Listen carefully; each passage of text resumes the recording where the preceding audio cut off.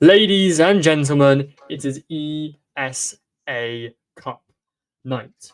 I am a Cat of Velocity. Joining me on the desk tonight is Mighty. How are we doing tonight? Hello, my dear folks. Mighty here. I'm doing fantastic. How are you doing? Doing good. I'm excited for these games. Tonight. I've got really good feelings tonight. These are going to be some really solid games. I also got great feelings about this game. There are two teams that have well shown over the past weeks that they can play Rainbow Six on a high level. So I'm pretty much hyped to see what they can bring us today on this potential best of three. Best of three, as you mentioned, with two very, very good teams. We've got Kosma Gaming versus Sevens Esports lined up for you guys tonight. Two teams that we haven't really seen too much of so far in the ESA Cups. You know, kind of been underdogs, the quieter sort of teams at the moment. To now face off in this best of three is quite interesting. We get to see more of an underdog story, but only one of them gets to go through because this is, as we have neglected to mention, it is an elimination match. Whoever loses this match does go home tonight. Yeah, everyone will have to pull their very best here to join in for the next week. The team that will lose today, as you mentioned, will fall out of the competition and will have to go home sour. So we will see which team it will be. Well, let's take a look at the Swiss phase, my dear friend. How have we done the past weeks? Well, you can see it on your screen. So it's been all over the place, hasn't it? We've got Minions 2-2. It's a bit all over the place, really. We're seeing some upsets that really should not be happening. Yeah, we have also had some teams that were a big surprise for me. I have a friend in ESA Gaming. ESA Gaming started in the competition quite well, I thought, for being a completely new team. Now they are 1-3 eliminated. Didn't come very far. But as we also see in the 2-2 category, we have a Wii Sports. That's also the teams here that we'll have to face next week if they win this best of three today. And this will also be a major team to beat because Wii Sports, as we know, is a pretty strong team. It had some ups and downs this season, but they will be dedicated on next week to win their 2-2 match to then qualify for the second week that will come to them. Absolutely. Well, if we head over to our map bans for this evening, we do get to see what maps we're going to be on. We're going to see in Oregon a clubhouse and Nighthaven as our decider map. Two default maps and one map I'm slightly excited for. One map, this is one of the only times I'm hoping we see a three mapper today because, Nighthaven is not seen still too much. So to have it into, a map 3 as your decider map is going to be really, really interesting and really, really good. Absolutely. I'm pretty much hyped for the maps. Oregon Clubhouse, two maps that we have seen so many times in the past weeks, years, or so on Rainbow Six. They have been here since the beginning from esports, since the competition started, and so on. We could say that we are pretty much ready for this cast because the maps are well known for us casters, but also for the teams. So we will have to see and wait what the teams will bring on it. Many maps here in the map pool, those two teams or those two maps are the most played after my opinion. We have so many great breakable floors, so it opens for many times or many places to do vertical gameplay. It's kind of been made harder after the patch of the grenades, but I think the teams also, for those sakes, will have to find new solutions, and I think this will be a great pickup to see what the teams can do without these nades. Yeah, I mean, the nades are a huge part they were a huge part, of Siege before the patch, especially here in Oregon, right? Absolutely. And as you mentioned, teams are gonna have to find a new way to play it. They aren't gonna be able to necessarily clear that the trophy shield, for example, as easily as they previously would have been, because they don't have the ability to cook those nades anymore. So they're not only gonna struggle to clear that trophy shield, they're also gonna struggle to catch anyone out that's playing behind it. Yeah. I, for instance, won't say so much about it because I'm not really sure what it can make out of it or what the teams will make out of it. So I'm pretty much holding myself back and just trying to look into the first rounds, because I think the two, three, four first rounds will be very much deciding of how this will go for the teams today, because it is all about bringing new ideas on maps that have been playing so many times, where the standard strats are so well known for every single team, where there are so many standard strats to do and to play, but also to counter those. So pretty much we'll have to wait and see what the teams maybe can change on those standards. Exactly, and you speak for standards, and it's Oregon here. Let's be real. It's Oregon. This is likely I guarantee you we're gonna see a 4-2 split in the favor of the defending side, and it's gonna be the most boring and the most default thing we've ever seen. Not because the teams are playing boring, just because it's the map. It's yet to be reworked. It's yet to even remotely have been looked at by Ubisoft. And then we have maps like Villa being taken out of the map pool, like Theme Park being taken out of the map pool. For what reason? For what reason? Only because I think the maps are so big, they're so large, and they invite to do so many wild and extreme things. And I'm pretty much saddened about that. Those maps are falling out, and we have maps like Oregon and Clubhouse always staying in, and it's the same time, the same thing all over again. But for instance, I've in the past weeks have had 2 casts where I had Oregon in the very first map, and I thought, it would be, like you said, a boring 4-2 split. Then for the defenders going into the attackers, and then we have all the same thing. And it ends up on a 6-6 of overtime, 15 rounds played, as we can, yada, yada, yada. But I saw a different approach. I saw a team of attackers winning 6 rounds straight to then get a flushed 6-on-6, then going to overtime. All rounds, all to the 13th, 14th, and 15th round were all won in the attack side. I've never seen that before, but it was pretty much interesting.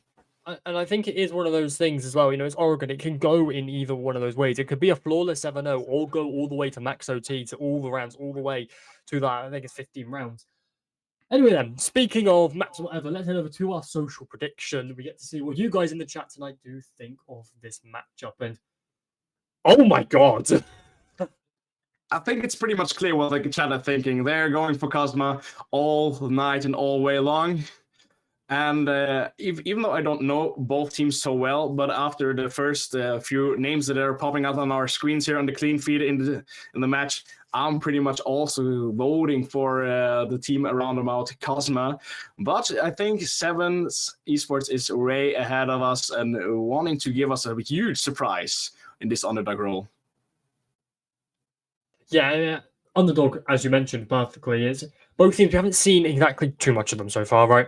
They've been, as you said, the underdogs, the quiet ones, the ones that are getting the wins, but they're not doing any flashy, extravagant plays just yet. So it is going to be interesting to see what both teams are able to potentially bring out here on Oregon, let alone any other map. If Oregon is one map I like, I love it for an underdog story. And both these teams being underdogs, I am really looking forward to this map. Me also, but I really have to say, I think the first map and the first rounds will be all about who gets the intel and who can sort out the best potential out of this intel they're getting. Because in a map like Oregon and Clubhouse, we have so many places where it's about close combat, and it's really much about who gets the best reflexes, who gets the side on the opponent at first, and who also gets their finger on the trigger at first. And I think that is one of the main facts that we will have to see and we will have to face. But let's see. Let's go over to the team card, shall we? So then we have Kosma over here. We have Weekley, Shimizu, Zoro, Native, Strobo. We have Yannick, Daniel, Cleasery, Always No Mercy, and Kesko with a total win rate of 56%. The best map is Consulate, the worst is Skyscraper. And I think that pretty much plays into the card of Kosma, because Consulate also a map with very many breakable floors, a lot of potential for playing vertical. That will play into their cards on Oregon and also on Clubhouse. The Skyscraper falling out, a very, I would say, a small map with very many angles and corners where they can sit. So those won't be pretty much of a problem on those two maps that we will have to see. It should be a problem on the decider, because there we have many corners. People can sit and wait and have a waiting game on here. Yeah, I do think a team's best and worst maps can say, well, a lot about the team. We usually get Consulate, kind of indicating that this team is very vertical reliant, very vertical heavy. They play their best when they are able to get as much, to restrict those positions that the defenders are able to play in, which is your win condition effectively here on Consulate.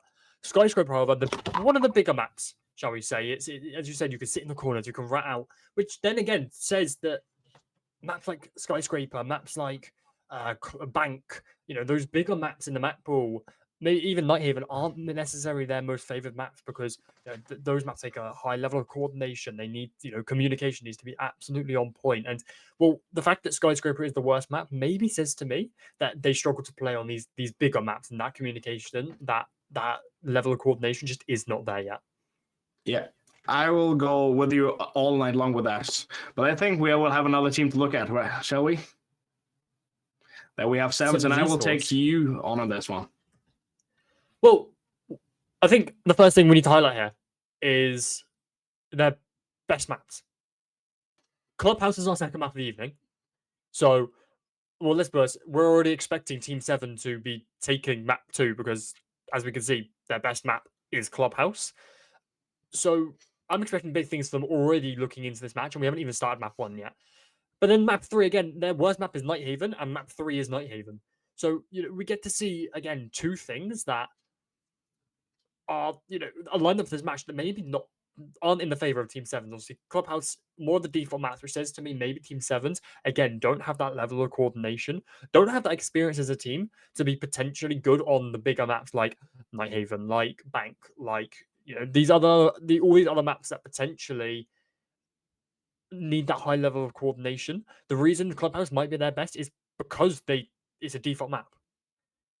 Yeah. Nighthaven, however, it's Nighthaven. No one really knows how to play it just yet. It's a pretty new map still. Their strats and strategic ways on those maps aren't quite explored yet. They don't have found the pretty right places to be or to examine those strats and how to build those. That should be the major factor of Nighthaven. But I pretty much think that those teams are pretty balanced from the playstyle because we see both teams have a best map on the map that's kind of standard with much breakable floor. Invites, as I said, for very much vertical gameplay, but they also have hardened their maps. The worst maps are the more cornered maps, the maps that you don't particularly play so much.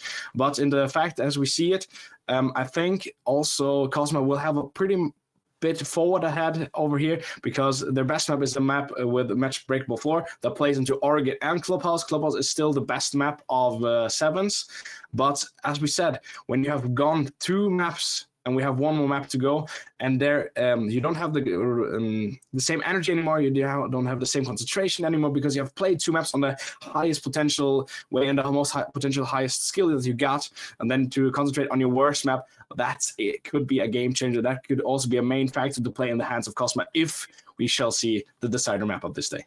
Well, yeah, fatigue and mental is always a huge part of Siege, whether that be a best of 1, best of 2, best of 3, all the way up to best of 5s. You have to be the team that mentally and physically are able to handle that amount of siege in a certain amount of time. And if you get to map 3 and you're just exhausted and you don't really want to play the game anymore, well, then realistically, you're not going to win that map because Siege, and okay, in-game, Siege relies on who hits the first shot. By the end of the day, the entire game is a mental game. But let's not worry about map 3. Map 1, underway, it's Oregon.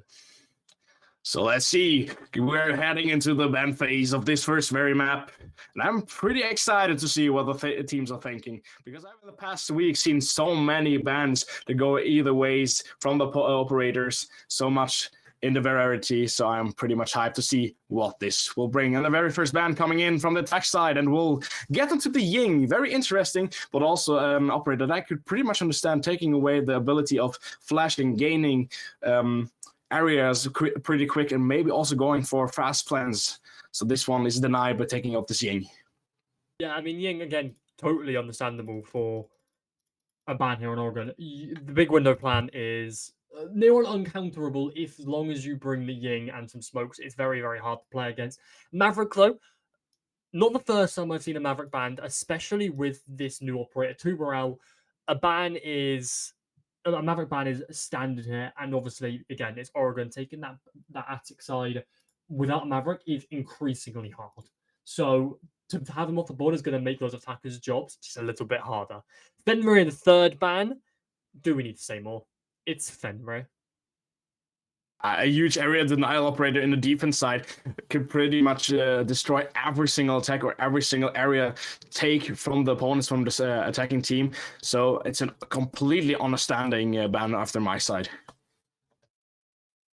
And then Solus. Need we say any more here, Mighty? Nah. Solus, the IQ of defense. Let's be honest there. The IQ of defense and also an operator that can take so much utility. It can destroy every single fast push. Only from the difference that you don't have any intel anymore, but also having backfact that the Solis is the most strongest operators for outruns and potential spawn peaks, because if she sits in the right spots and she gets an eye on someone sitting in the camp, she will jump out of you out the window or run out of you on the way on the doors. So that's also a main factor that we will have to consider, and it makes so much sense. Basement we go though. For site number 1 of map number 1 of round number 1. Cade, Wamai, Mute, Mirror, and Jaeger. This is got to be one of the most default operator lineups I think I have seen in my entire time of casting. And am I surprised? Yes. Why should I not be? Because it's Oregon. We see this every single day of Oregon, so no surprise they brought these. Yeah, I don't think there should be any more surprises here, because as we talked about, we have 2 standards maps, the most standard maps that we have in the ranked pool, and also the competition, the comp pool, and the operators are talking, as we say, we are talking standards here, from the build-ups, from the operator picks. I don't really think we have to say any much more about those. And I will think that those picks will also drag through the whole evening. Especially here with the mirror windows. I really like how this freezer mirror has become so much more universal. You know, we only really saw it now and again from some teams that like to play aggressive.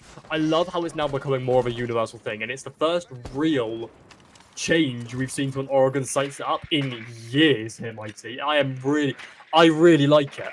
I really think it's a cool mirror, because you can not only play passive behind it, but yet you can play aggressive. Unlike the mirror looking out to bunker, you have to play passive behind it. There's no questions asked. But with it, you can play so aggressive or so passive. It's great. I love it. The attackers, though, are in the building. Nice and quickly, they're getting this room clear out the way. Yeah, they don't get any much force against them here in the first floor. The first floor we're pretty much taken quickly here by the attackers. But also to mention, I also like the adaptation from the mirror windows in the direction of freezer, getting more and more natural and more normal for the teams to do. But in the same way, I'm not a pretty fan of having both mirrors in that direction in the front side to laundry and freezer, and have nothing against the blue bunker. But as we see here, it functions because Team Kosma is not playing through blue bunker at all. No force at all onto blue bunker. Opening here the hatch over electrical at first. They are going to try and get the hatches open here to try and enable their attacking push into the basement. Potentially looking to go for this freezer laundry execute here. The most default execute we've seen. But yet, open those hatches are going to enable that. As the Ash does push all the way down into the deep freezer, looking to try and catch someone out, potentially use the new reworked Ash charges to try and get rid of that mirror, and likely has done so to now enable that attack. Grim being brought out here as well. Is going to use some of the bees. A kill coming out straight away to be instantly refragged by that SMG-11 with the headshot as well. Some damage onto the Flores of Kalazi. He does find himself now around 15 HP. The mirror now in closet is in that aggressive position, but Kalazi remains behind this mirror window, reluctant to give it up as more damage comes out onto the Cade. Shavan with that TCSG can't do much, but it's the Mute to find himself taken down in the midst of all of this with only 45 seconds left. The attackers have to try and set up and execute. The attackers have to try and make something happen here. And there's nothing really happening so far as one's in freezer. Some damage from the back stairs, but it's a Jaeger to come out on top here. Takes incredible amount of damage. The Havana to refrag low. Shavan to fall, and now it's a 2 versus 3. Nothing much the attackers could do here with only 25 seconds left. The Jaeger finds one more. Shots in. Please, we're taken down by his own drone, by the Flores drone. But now we have eyes on Strobo. Strobo coming back, getting Maxi. So it's a 1v1 here. Strobo against Scrim. Also an elbow. He's known he will swing and swing Strobo in the perfect situation here. So here we have Sevens getting their first round with a very chaotic round played, but I pretty much think it was a well-deserved round here by Sevens. Can we pause? It is map 1, round 1. And we've already seen a Flores drone self-kill. Not a team kill, a self-kill. What on earth happened? I think some miscommunications because Zoro fell in freezer in a pretty unlikely spot because we had Strobo already in front of the freezer door aiming into side, so he potentially could have pushed the Jaeger a little bit earlier. But I think there was a misunderstanding, saying, "Okay, I'm standing here, I'm aiming off the side, push over elbow because I have a free set of elbow. One is standing on pillar, the other one is in small room or in one in the front." I really think it was a miscommunication, but I think it only went wrong because of they tried to play too fast. And they had a great advantage with one operator more alive, but I think they just had in mind to do things too quick. It just fries my brain a little bit because the Flores that must have driven that drone into sight and effectively activated it to it blows himself up. It hurts my brain slightly. It is unfortunately, but I think the Flores had in mind that he had pulled it off there, but I also think that he had in mind that I will get past it before it will detonate. That didn't kind of function. Here we have Shimizu already getting the next full damage, not hitting the pillar. But also here, pretty quick entrance on Big Tower here. We're also gained by Shimizu with the Amaru here, with the going with the gadgets on Big Tower. Doesn't quite get those through because of the mute jammer. They seem to be very, very quick here, the attackers. They don't wait around. They don't necessarily wait around for the drones either. They just get in. They go fast and heavy, and all they want to do is clear out these defenders and put them into positions they're not exactly comfortable in playing as that pit shield is gone, disintegrated by that Flores drone, and is now able to try and push in towards pit. However, no one's in trophy either. Taking Attic as well, the attackers are now pushing up closer and closer to site, and they're going to be pushing into those defenders into those uncomfortable positions that we just mentioned, and it's going to make their life a little bit harder. We have to remember as well, this is an elimination match. No mistakes can be made. And there's a shot! Oh!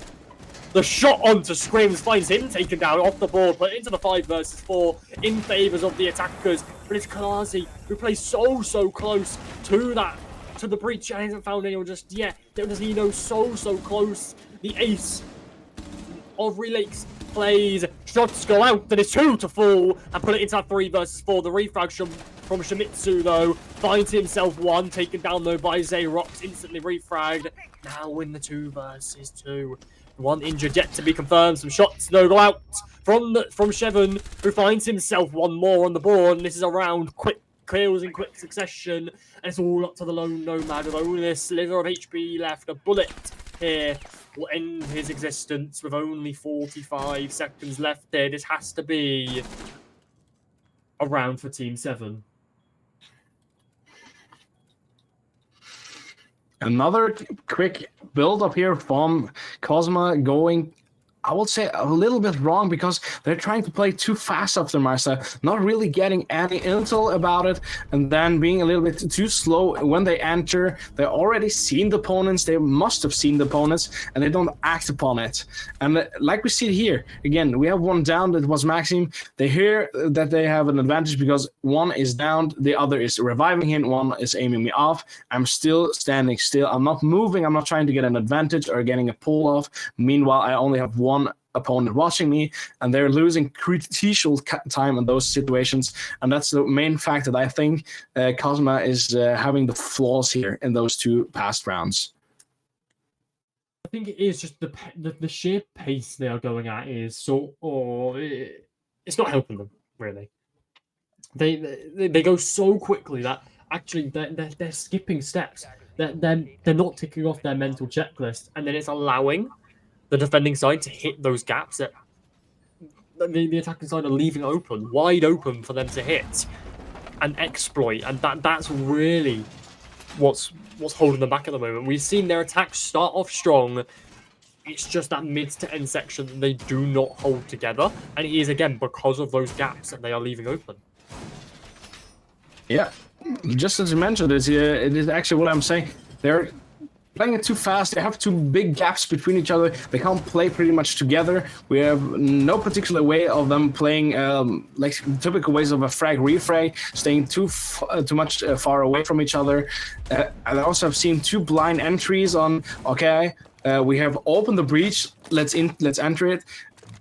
They have the intel that the left side until white series is open.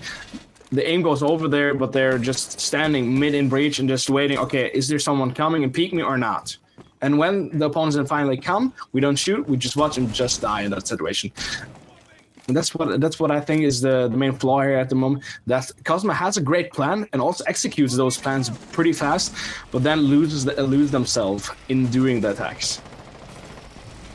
As we see here again, it doesn't take 30 seconds again before the first opening frag falls, and this one goes out to Shimizu falling here from Kosma. Also the opening frag in round number 3 going for Team 7s, but they're getting refragged by Kleasery here, getting out Xerox quick here.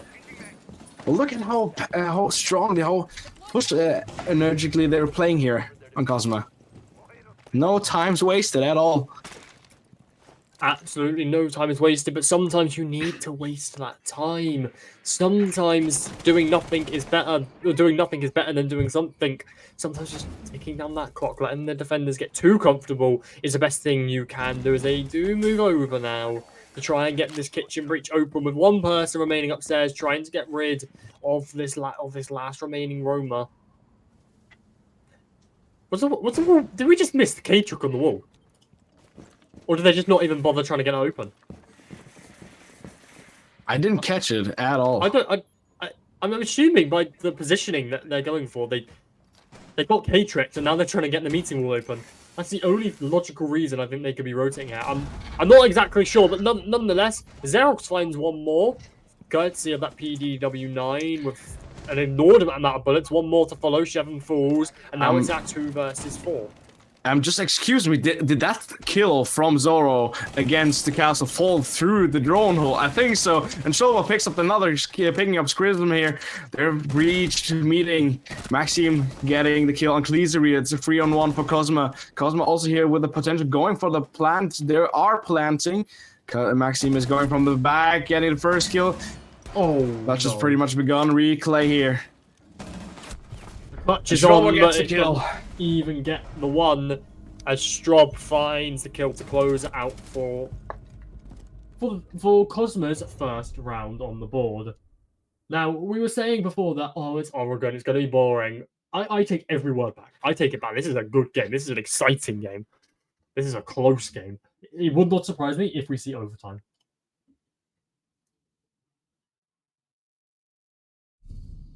It wouldn't surprise me neither, but there's a big way to go until there. We're only in round number 4, so we'll have to wait and see how this will go. But now, Cosmo slightly picking up some pace, getting their first round one, and now they will have to force into another and see if they maybe can make a difference here, getting a draw in round number 4.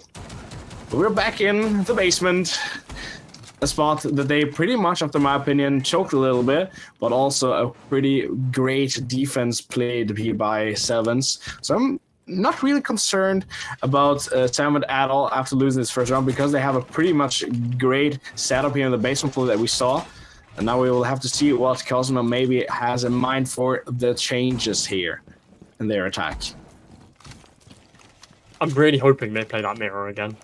And I really hope they use it to the fullest, because last time it got shot out by that Ash charge reasonably early, which kind of means they're not playing it in the correct position. The whole point is that those attackers have to try and swing to be able to get rid of the mirror, unless they bring a twitch. So for that Ash to be able to walk up, hit the mirror with the Ash charge, and then successfully get rid of it, kind of says to me they're not playing it correctly. But already in the building, quickly, blind entering straight in, goes the Ayana. A smoke to go on to Laundry. Ayana with smokes is not something you see every day, but the pre-fire to go out, nothing to come of it. As the hatch is K-tricked. and they aren't going to be able to get that open just yet. Xerox finds the opening kill of this round. Shimizu finds himself taken down. And why is Xerox in tower running down T1 now? What? Playing out a cheeky position, and it works. And that's the way we all wanted to have to see it here for Sevens. They're playing a cheeky way, playing a very aggressive way, because they have fallen out after the past 3 rounds. The Kosma is pretty aggressive, very high-paced into the building, and so on. They're getting their way, and it's a pretty big kill here with Ash taken out. The Ash that took out the mirror winners, as you mentioned earlier in the first round, and now they will have the opportunity to play those mirror to the fulls as you wished. So your wish was granted by Xerox, after my opinion. Isn't that right? I just love the mirror so much. I think it's just so effective, and especially in the position being played by a good player. You can just waste so much time, and you can maybe even catch 1 or 2 kills off of that. And speaking of 1 or 2, Xerox finds himself 1 more. Relix off the board. Not going to get to play this round. And he's struck down. The head taken by Xerox. And now, only now are they successfully getting that laundry hatch open, which is going to, of course, enable their attack in trying to get into the basement. We saw them fail here once. The question is, are they going to be able to succeed the second time over? Stroobs is here in T1, looking for that T1 flank, the T1 walk up to maybe try and catch someone out. As you know, no one is even remotely near T1. The closest person is in blue, potentially they're playing in Shaiko, and I believe it is the Jaeger of Maxime, who is going to be trying to catch anyone going blue as the shots go out. It's Maxime, the man we were just talking about, to take 1 down off the board. And that, again, is the Iana that we saw rush into the building, blind entering so quickly. It's Maxime for the double, looking to maybe find his 3k in the round as he moves up to Harry Potter, swings and is shut down. No 3k for Maxime in the 1 versus 4 now. The 1v5 is still very, very winnable, but only with only 27 seconds left on the clock. 1 to maybe find the second, but it's Scrimps to close it out. The 1 to fall, can't find the third in this round. That round does go to Sevens. Yeah, this round goes to Sevens, and they got their flawless round denied here by Strobo. Strobo also trying to gain here some clutch momentum. He got 2 kills, got stopped there, then tried the mirror. But I have once again have to say that I think Kosma is playing too fast. Their entries are coming very fast. They have no intel. That was pretty much shown here by the Lamai picking up 2 kills without any notifications of, oh, there's one coming up the stairs. Oh, there's one in Big Tower. They have no pretty intel on those attackers, on those defenders, going in, roaming in, getting 1 loss, 2 loss, and then attackers need to locate and defuse bombs.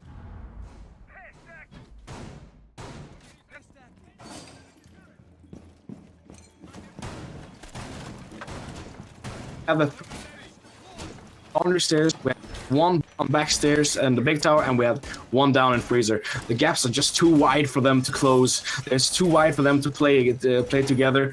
And as it just looks like at the moment, this 4th round was looking like, okay, we have 5 dudes solo queuing and ranked.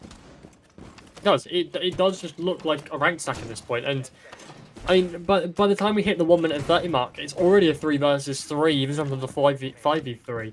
It's because they're just playing far too quickly. As you said, it may as well be a rank stack at this point in the way they're just pushing into the buildings so extraordinarily quickly, and they're finding themselves picked off so early on into the round that then they just can't get the momentum back, and then it's winning Sevens Esports the rounds. Speaking of Sevens Esports, they find the opening kill. It's Maxime to take down 1. Relix off the board, and that's your hard breacher.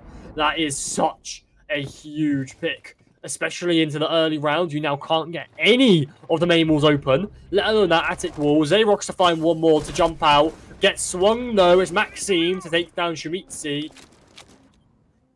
And now it's that 4 versus 3. The advantage able to be pulled back here, unlikely unless they can take down Xerox there, and he is going to get away slowly with his life somehow, which he should not be allowed to do. They do get that attic wall open, and now they're moving to that solar window. But we have one on the bottom floor of Armory stairs, now rotating back up. We have Kleasery already losing more than half of his HP, but Strobano takes Shaven. So now we have a 3 against 3 shield situation. We have Scrimmy on the Armory stairs, getting Kleasery out there. No aimed off, but I think Goyo has a better angle from below. And he picks up that kill again, and Shimizu falling, and Strobo falling against Kiruda in the attic.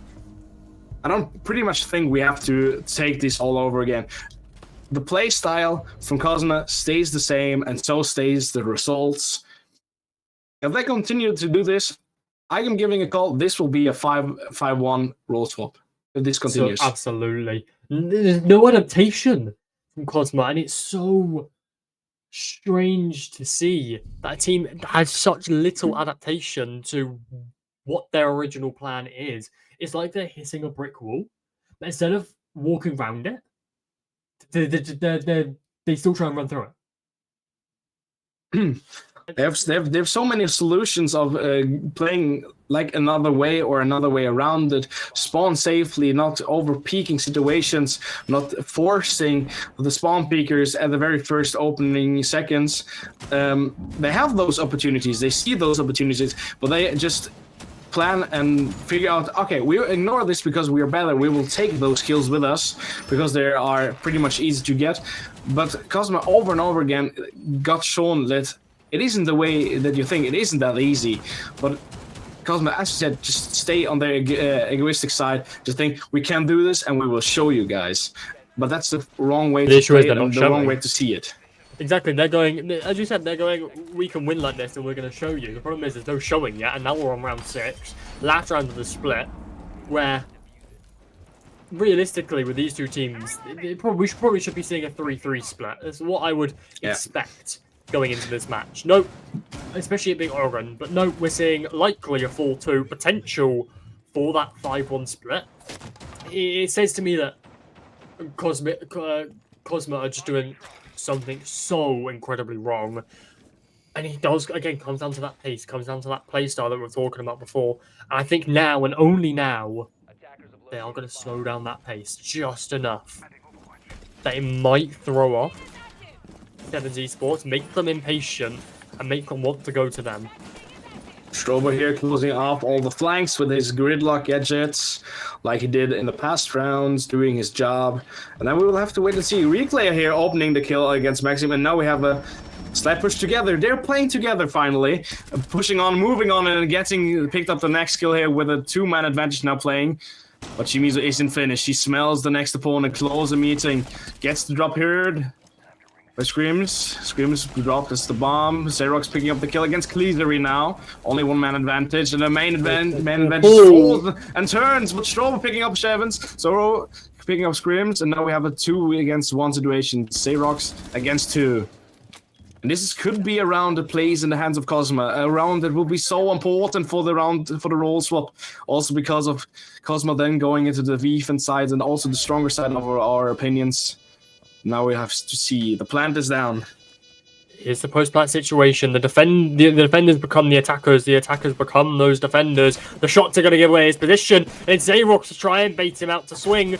The knife goes out, but little does he know he's in the favoured position. He's behind the shield. You have to try and swing him. You have to hit the head. And he does for the 3rd. Looks to try and find this 4th in this post-plant situation with only 20 seconds left. Minus the 7 for that defuse time. But it's shocked. He is going to be playing behind the ESA shield. He is going to know no impacts in pocket to try and get rid of it. With only 10 seconds left, he has to try and stick this diffuser. This surely has to be a Sevens Esports round. Not even a 7, sorry, a Cosmic Esports round. And he gets off the diffuser, and it does. It's a win for Kosma Esports, Kosma Gaming, sorry. It's going to give him the second round, the 4-2 split we see. The default, the standard is what we expect. That finally met up to the things that we were expecting from them. They played like we expected it from them to play, and that round was pretty much deserved by them. Even though in the midsection where we had like 3 refrags in 10-15 seconds, I had the feeling of them losing the grip on this round again. Well, they caught up again to themselves, pushed into the gaps that they had opened again, pushed in, closed those gaps, got the refrag, secured the spot, got the plant down, and then perfectly aimed those down. Not being greedy at all against the Vamaya there, just playing perfectly fine as they are supposed to do. Exactly. And now, my friend, we have Kosma in defense side. And now I'm pretty much hyped to see how they play, because also Kosma votes for basement floor for their first spot, going with laundry and supply. I am somewhat excited to see Kosma on the defense. Obviously, we kind of tend to see nowadays in Siege, if someone if a team isn't as strong on the attacking side, they're normally slightly better on that defending side, because it requires less coordination, slightly less communication, and you get to sit still a little bit more. You don't always have to be doing something. So I am excited to see what Kosma are doing. However, if they do continue to adopt this aggressive playstyle that they had on the attacking side, they're going to have a very nasty wake-up call. And I'm just saying, the round has already begun, and we have the first 15 seconds played, and we have only one man on site, 4 roamers here. I pretty much hope that they will roam back to the room, because this could be a crucial factor for the game style here. And Schism here, throwing out Shimizu. Shimizu has a friend of the opponent team right beside him, doesn't even notice that the wall is pretty much open beside him. Also, not pulling back a little, moving back into big tower, not playing too harsh, and there's Zoro picking up the first kill opener for Kosma here. Rotating, and as we see here, they again close up those gaps that they were leaving open. Playing together, picking up the first kill, but now Shevin gets Zoro from all the way behind. Out of trophy, and now we have Shimizu alone upstairs. Opening kill goes into the favor, but one follows behind with the C4. Shevin finds himself taken down. Natsuya Habana, and now getting the hatches open is impossible. They have no more hard breaches. They have no more hard breaches or breaching charges to get the hatches open. They have to try and push downstairs. They're going to have to try and face check doorways, and that's unfortunate. Air jab gone to waste, and now none in pocket. Shimizu is still on this roam as the Warden still does play top floor. They have the case in security. They dropped it, and only now has it been retrieved with only a minute 30 left. The shotgun kill, the M59s, he claims just one more body. And now we have Shimizu with the potential flank here, but he has been waiting on. He has been spotted. And he gets fight out, but Screams doesn't pick up the kill. Kleasery with a cheeky, aggressive peek here from Freezer. Just pull down, but aggressively swings that kill against Noman, and also picking up that one. That's not that's very well known of Kleasery. When he has the pump gun and had the shotgun ready an angle, he will swing you. He will swing you, so better be prepared. And he shows why she should be prepared. So Cosmo picking up another round. Now it's nearly even. We have a 3-on-4. With 7 rounds played. In the 8th round, they had the potential to now again pull up, and then maybe picking up the equalizer for the 4-4. And it looks good, after my opinion, after this first defending round. Like I said, if you have a weaker attacking side, likely, and 9 times out of 10, you have that stronger defending side. And, well, already from that first round, I think this has to be the case there. This has to be the case for Kosma Gaming. Like, such a convincing round so far. It was a very convincing round. I was pretty much impressed how they played, because we had so many open gaps, as we said, in the attacking side. But now on the defense side, they played pretty much together. Also, we saw that in the last attacking side round from Kosma. But now, no flaws giving at all. Playing together, linking up, being a little bit holding back, so then they don't get drawn out. Don't have any intel on them, turning that lost intel against the attacking team, and then picking up the kills. And then always playing a little bit defending against the attacking team, to then in the right moments to then set on the swing, or then just maybe be a little bit aggressive, and then pushing on to the attackers. And it worked perfectly fine on this first round. And now we will have to wait and see if this also is the way and style that Kosma is wanting to play this in top floor.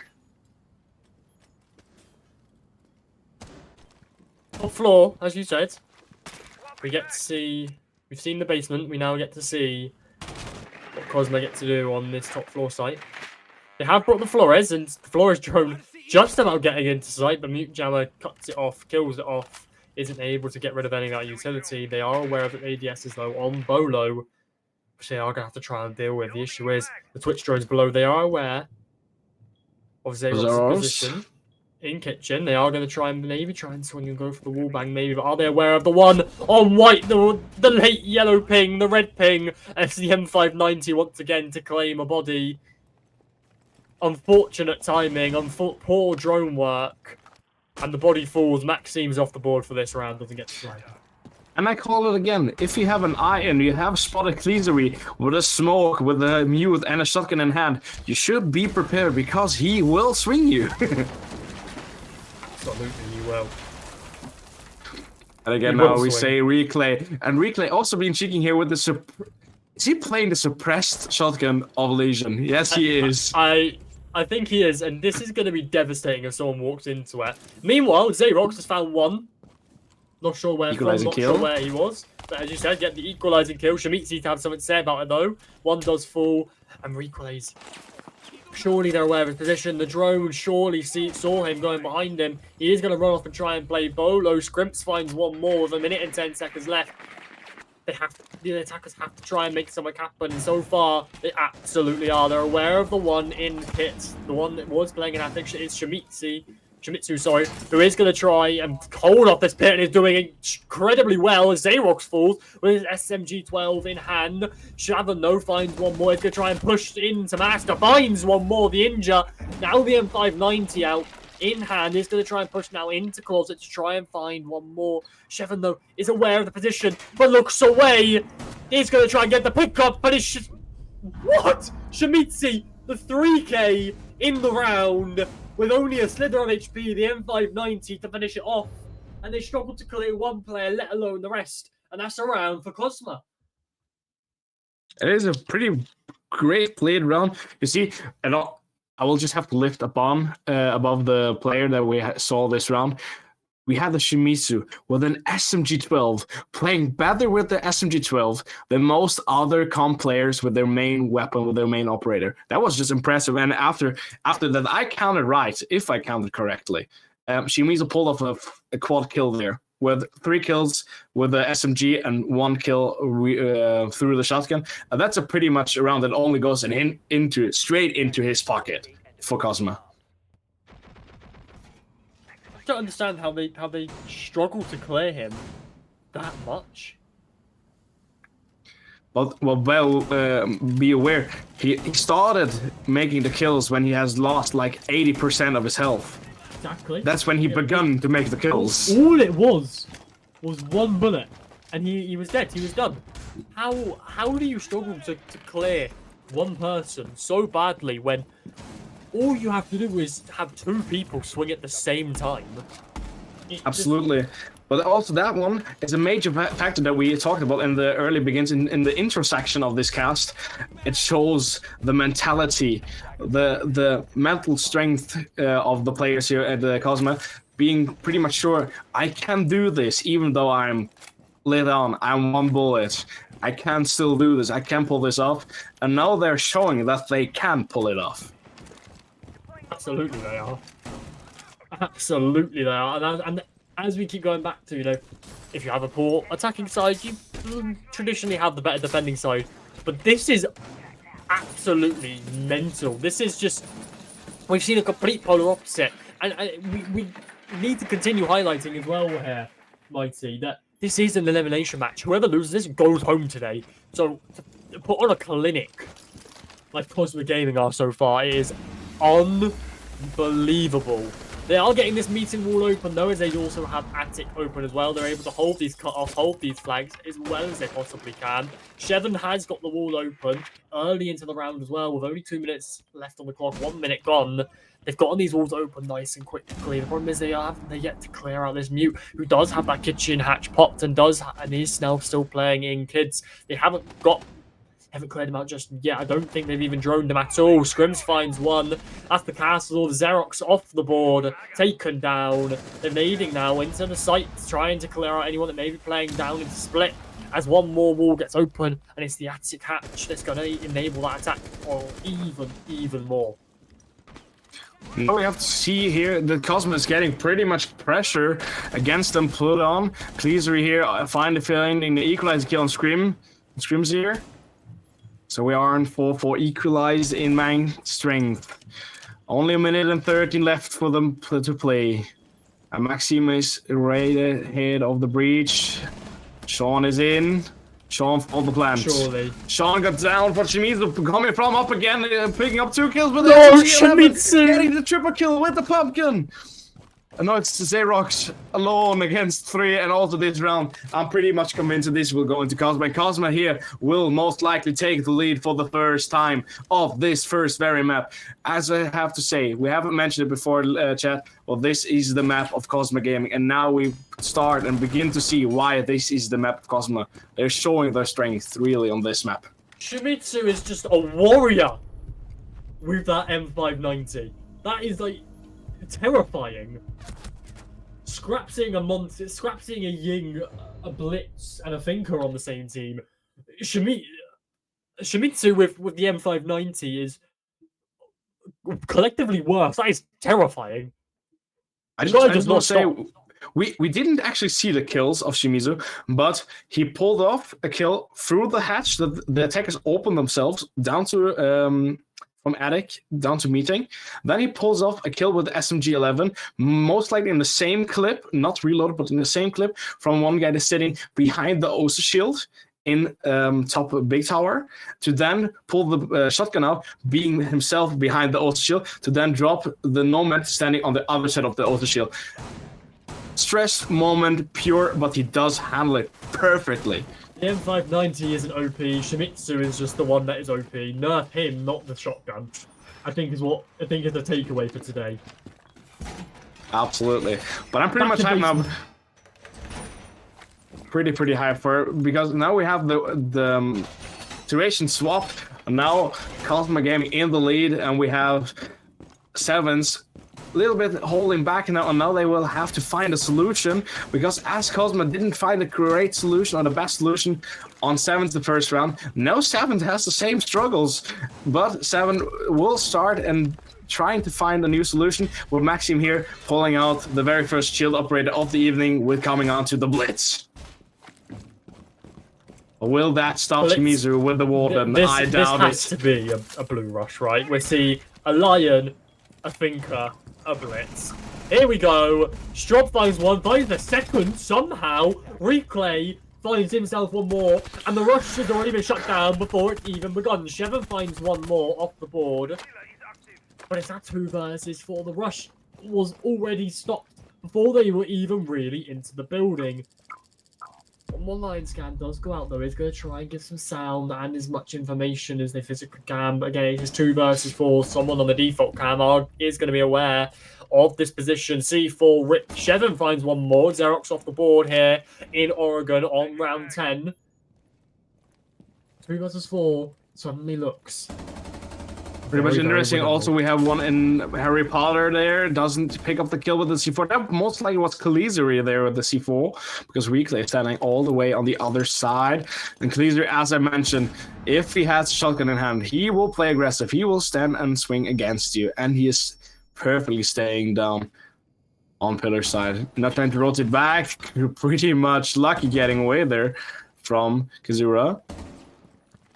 2 versus 4 suddenly looks slightly more winnable. Well, like the previous 2 versus 5 looks slightly more winnable now into that 2 versus 3. Some drone work is going to have to be done here. Some information gathering absolutely crucial in the last minute and 20 seconds. The second nade and the only nade left on the side of the attacking side. Drone gone out onto the back stairs, not used to good use. They're unable to get rid of this mirror drone, this mirror as well. They are going to be trying to walk down laundry here. The Warden goggles activated, swings and finds one to be refragged, and now the 2 versus 1 as one's in closet, but he looks away as the TCSG swings to try and find the kill, but that's that 2 versus 1 over the mute. So incredibly low, and we still have those Thinker boosts on the board. 2 left in pocket, able to regenerate that HP completely. Some damage does go through the wall onto only one side, though. The C4 Rip lands at the feet, detonated as Reclays the perfect C4 to land them the round. And not only landing them the round, but also now bringing themselves up into round 11 with the match point. And I pretty much have to say, chat, we had the 4-1 situation for Sevens, and now we have a 6-4 match point for Kosma. if we didn't say this would be a great matchup from the very beginning of the first map, now we really can say it. This will be an extreme interesting match because now Sevens is with their backs to the wall. It's the do or die, win and try to get into overtime or lose one more round and having to put every single bit of dedication that you even still got in your bodies into the second map. Because Kosma here is not going to stop with their having their nose right in front of the finish line. I just don't understand what's gone on with Kosma. We've gone from seeing this, let's be honest, below average attacking side for we have to remember a competitive team there. It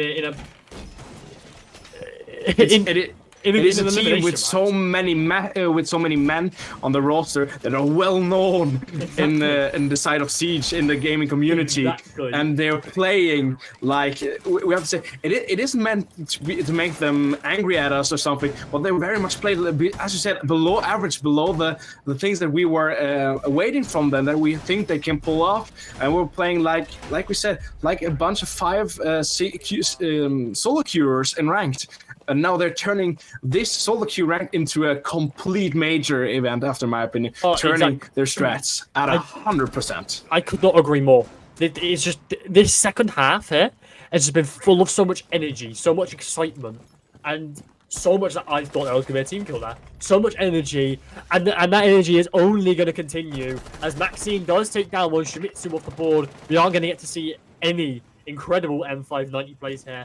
It does look like 7Z's are going for more of a quick and aggressive push here. Thatcher is going to be opening up the wall here, using all 3 of those EMPs, not able to get any more utility off the walls. Potentially maybe an impact trick here, but nothing to come from Reclays as he does play on the breach. Surprise, there's no impact trick, but a run out to claim a body. It's Zero, take one down. It's your ace. Luckily used those ace charges to good use to get that main wall open, but that is the one and only hard breacher gone off the team. However, Maxime does have those hard breaching gadgets in pocket. He is going to be solo on the attic side trying to get that wall open. Little does he know that there's one player in pits. It is Strobo, who is playing in the pit shield. Again, an unusual shield. We don't get to see that too much anymore. The yellow pings are going to be giving away his position, though. The information is going to be given as the Legion of Reclays is now playing in Pixel. 1 minute and 28 seconds left here. Something has to be done, and that should kick it off. The Scrims finds one. Xerox taken down in what could be the final round here of Oregon by the pistol. A Claymore to be set to watch that flank and everything potentially to slow right down here. Xerox though does say no. One Ash charge to get open the wall. One Ash charge to try and get rid of the shield. But to be fair, Legion mine to get an injure. 2 shields in pit, unsure of where they are. Little Zeno Reclays all the way back in kids. 1 versus 4, trying to get the pickup here. It's going to be successful, but surely the sound gives it away to try and swing. The prone is almost finds the bullets of the head of Shadow and is yet to find it. Well, only 40 seconds left. This is looking like a convincing defending round. It is Reclays to claim 1 more in this round. And Reclay claims the third! That way, we have a winner of the very first map. Kosma taking their map after being down 4-1 with a very strong, dedication-sided defense. I can't say any much more, but I am pretty much convinced that this will be an awesome match going into map 2 after a few minutes, after my opinion. Absolutely. Map 1, we see them 4-2 down to a 7-4. An absolute clinic here in map 1 put on by... I'm pretty much I'm speechless because after the things that I saw from because I'm taking notes here. I'm taking notes from the opening frags. Opening frags are getting refragged all of a sudden. General refrags, 3 pieces, 4 pieces, aces, nades, C4s, etc., etc., etc. And the very beginning of the first 5 rounds, I had so many bars on 7s and very lax on Kosma's side, but I can say I had a 7-2 and general refrags after the first rounds. I now have a 10-9 refrags, still for sevens, but Kosma just took way off there in the refrag situations. They pulled off like we had one opening frag for Kosma in the first 5 rounds. Now after the 11 rounds, we have 4. Still a very less amount, but still opening there. They're having 2 C4 kills. They have 1 plant. They have 1 great clutch denied. They're having 2 3-pieces only happened in the defense side, and they have 1 4-piece happening in the attacker side, and also in the defense side. It just shows how great this team worked in the defense. Absolutely. Just to make it clear for you guys out there. Absolutely. Cosmic's just an absolute clinic in the second half of map 1. Well, 7-4 on Oregon. Cosmic are currently 1 map up. We head to map 2, which is Clubhouse. Don't go anywhere though, because we'll be back with you with Cosmic Gaming versus Sevens Esports after the break. See you after.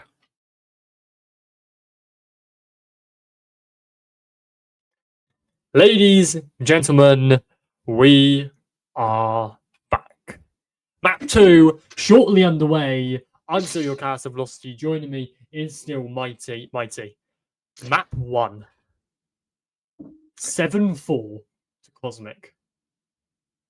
But not only was it a 7-4 to Cosmic, we saw them 4-2 down at the half, at the split, at the roll swap, whatever you call it. Crazy. Needless, shall we say. We had a 5, 6, 7 minute break now, and I'm still completely speechless of the round that we saw. And the pure difference, just to see a team going from 0 to absolute hero here. As you said, we had a team Kosma going absolutely down, being at the very lowest moment here on their own picked map here on Oregon with a 4-1, then climbing up the ladder a little bit in the last round, in round number 6, before the wall swap came, to then have a 4-2, but then going from the 4-2 into leading 6-4 to then join up and win this round and take it home with 7-4 at the very end. I'm completely speechless. As you said, it was an absolute clinic, and it was just so funny, and in our perspective, it was so funny to watch, but it was very interesting to watch as well. Only of the same differences to see these players from Kosma just really much turning their own playstyle, their own well-being in this match, showing that they have the mentality, the mental physics to just turn it, but also show they're not only just barely turning it, but turning it in their style of way, with much power, much force, with much enthusiasm. And there, I just want to lift off the 3 players that I, after my opinion, saw the most, and that was Shimizu and Strobo. As long as they were Cleasery, they were turning completely the map upside down after the rolls from into the defense. Absolutely. So I'm speechless, absolute. And especially, we had to say it, Shimizu turned up, and he's playing better with SMG 11s and SMG 12s as I'm doing with every main weapon in this complete game. It's tremendous. It's crazy. But map 1 is over. It's done with. We're off to map 2 now. Map 2 is Clubhouse. Somewhat similar to Oregon in its sense of it's still a default map. Maybe not as default as it could, as Oregon, right? But it's still up there. It's still very much, you've been in this game for a very long time, not really had much of a rework, and it's still up there. We're still seeing lots of people being played. It also has the most defender-sided site in the game, which is obviously our Armory Church down in the basement. So it's going to be interesting to see what Clubhouse is going to be like. Also considering that this is Seven's, this is Seven's best map. So on paper, they win this. And in my situation here, I find it very interesting. If everything is set up right, we are seeing Kosma playing attack first on the map pick of the opponents. And that's very interesting for me to see, because Kosma wasn't pretty much themselves in the attack side on their map pick on Origin, and now they're having the favor of choosing the starting side. And then now, if they're completely back down on the very low that they had in the beginning of Oregon, they risk to have a 7 or a 6-0 turn against them in Clubhouse. It's very not likely to happen, but in the same way, it could potentially happen. It could, and there's always a potential for stuff to happen. But we're missing the ban phase. It's happening. It's unwinding in front of us, unveiling in front of us, and it's Thatcher, Ram, Mirror, and the fourth and final ban. Likely to be maybe a Fenrir, maybe a Cade. Fenrir, Cade, or even though a Solus. I will also take a Solus. I think Solus is the likely ban here. Again, we saw her ban last. No, it's the Fenrir, but back onto the topic of Solus. She is the IQ of defense, but Fenrir to take her spot in the banning phase this one time. Again, Fenrir, an increasingly overpowered operator. I think, he's just so incredibly powerful. With those FNAT mines, you walk in and you can't see for 2 or 3 foot in front of you. I think it is crazy to have him on the team, and then obviously combine him with the bulletproof camera, to combine him with the bailiff, and then the MP7 is a bit too much to play against, especially here on Clubhouse. So it's a smart ban, it's a likely ban. Ram again, very much similar.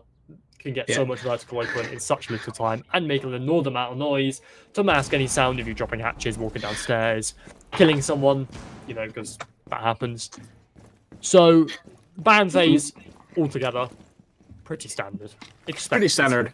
And in the same time, I will pick up 2 things now. The first thing is, you said it earlier, we are having the most doministic spot in the defense side on Siege history, and they are putting it out on this very first round. We're going Church and Armory in the basement here. And in the same time, we talked about it, Solus would have been the most likely ban that we would see in this match. It didn't get banned, and so on. We see Maxime directly on the Solus, picking out and roaming out those drones, taking away all intel necessary for this team roundabout Kosma. Kosma, I was going to say, Kosma is starting an attack. So, if their attack is anything like what we saw previously, let's just pray. I think that's the only thing we can do at this point. It's praying either way, because Xerox had pulled on the first bullets here against him, and it is praying for Kosma not to fall back in all manners in the attack side, but it's also praying for Team 7s that Kosma doesn't continue the way they did in the last rounds, the past 5 rounds in Origin. Yeah, we can only hope and pray that it was a warm-up game. They didn't have a warm-up scrim. They didn't warm up at all, and well, map bomb was a fluke. We can only hope. We can only pray that is the case. But I don't think it's likely, as the Ying is to fall first, but an instant refrag from Shimizu, the MVP of last round. But Maxime was millimeters away from catching the ash of Shimizu running up red stairs, and was just too little too late. Xerox though finds one. Zoro picking up the next. Sean can re-frag Zoro there. But as we see, Xerox, Maxime, and Sean all down very low against Shimizu and Reclay. It's a 2 against 3 with a small and slight advantage for 7s. But they can't play it out correctly because Shimizu picking up Maxime, the operator that had the most health left. And now is a small, but a very slightly small advantage for Kosma doing the health. This is the Kosma I would expect here, just in general, on map 1 and map 2. This is the Kosma I would expect to be seeing, not the Kosma we saw previously. Shimizu finds his 3rd in the round of round 1 here on map 2. Flashes go out onto the Cade. Are they aware of the position? Yes, they are. Shimizu is. It's a 4K to kick us off. Confident round, a confident start to map 2. Kosma Gaming are looking to close us out. We have to remember this is what could be the final map. This is a best of 3. We are on map 2. Kosma do have that map in hand. They're looking to close this one out quickly. And in the manners of being very precise, we will have to say it was kind of a clutch here from Kosma Play, because after my opinion, it was a 4 against 2, with even Shimizu and Rico both being shot a little bit down on their HP. And they're pretty much playing it very nicely together. They're seeing the ways they're going into the map more like in a group way, like than being a solo way. Even though Shimizu is doing the kills here, but he has a Rico holding off the angle from tunnel. So Shimizu can wait for the flash grenade coming from Replay to then push on to the Vamai standing there, getting out Xerox to then get the next flashes onto Sean, and then also having Sean pushed out because the position of Sean with the kite was known at that very situation. So very well played and team manners for a fact. Exactly. We had so many solo matters in the first map, and now we finally are back with the team matters here on Kosma. Team plays is what we like, but we are back to basement, back down to bottom floor. A run out from the Soulless, who whiffs significantly, only getting a slight bit of damage onto Shimizu. That could have been devastating, only if those shots were to land, but even more damage, though, goes out onto that buck of Kalazari, who we're not sure where he took that damage from. He just did. Believe it was from the solos of Maxime. Xerox is going to close out the opening kill onto Shimizu. Xerox is going to follow for a second into this round with only 30 seconds, just over 30 seconds gone. 2 kills to fall, and it's in the favor of the defense in this 3 versus 5 situation. The attack have so much to do, and realistically not much time to do it, as one more is likely to fall, but it's Relix who gets away with his life. Now, Rico gets away with his life there against Maxime. Is very much lucky there. Now we have also Xerox pushing in, getting pulled up by Zoro, and Zoro picking up the double kill here against Xerox and Maxime. Shutting down Xerox is pulling up the double kill here to open this round 4-7s. Now the 2 most damage-making players of Team 7s from the first map are taking down here in the round number 2. And it looks very good for Kosma again. But now we have Scrim taking out Strobo. Back with the advantage for 7s. Zoro on the side also getting picked out by Zerua. Now we have a 3 against 1. This is a 7s round written all over it. I have not seen a more convincing round than I have in this one. Kills were in quick succession. The double kills flying. The team plays weren't exactly there though for Kosma. They relied on those 2 kills from Zero. And then nothing came of it. In the 1 versus 3, Reclay is surely going to take his time to talk through to his teammates what went wrong, guys. How can we fix it for this next round? We have to remember as well, this is the most defender-sided site in the entirety of the game, so I think some leniency can be made. And now we have it. There we have it. 7 picking up this round, and it was a very well-deserved round. Even though we had a bit of a struggle here with Zolas in the opening, not finishing off Shimizu there, even though Shimizu was not expecting that round at all. Came out of that situation pretty lucky, after my opinion, even though 7s stayed calm, controlled their own securities on this round, put out, even though turning the rounds after having lost the advantage of the manpower. Again there, staying very calm, staying controlled, getting back their advantages, and then playing it as they are supposed to do.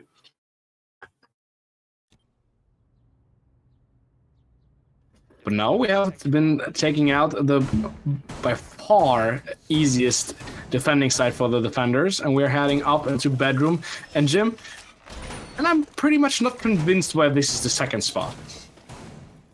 Don't get me wrong, it is a great spot, but for my sake, I would have picked Cash and CCTV at first, because I think that spot is more likely easy to defend and also do I would say a late flank or a late retake on than gym and bedroom, because gym and bedroom two spots with many windows, many breakable walls, where they often the defenders are using or playing complete foot lines, and that makes it very hard for the defenders when they are outrun from the rooms to roam back into the side and then to retake the side after post-plan situation for my sake.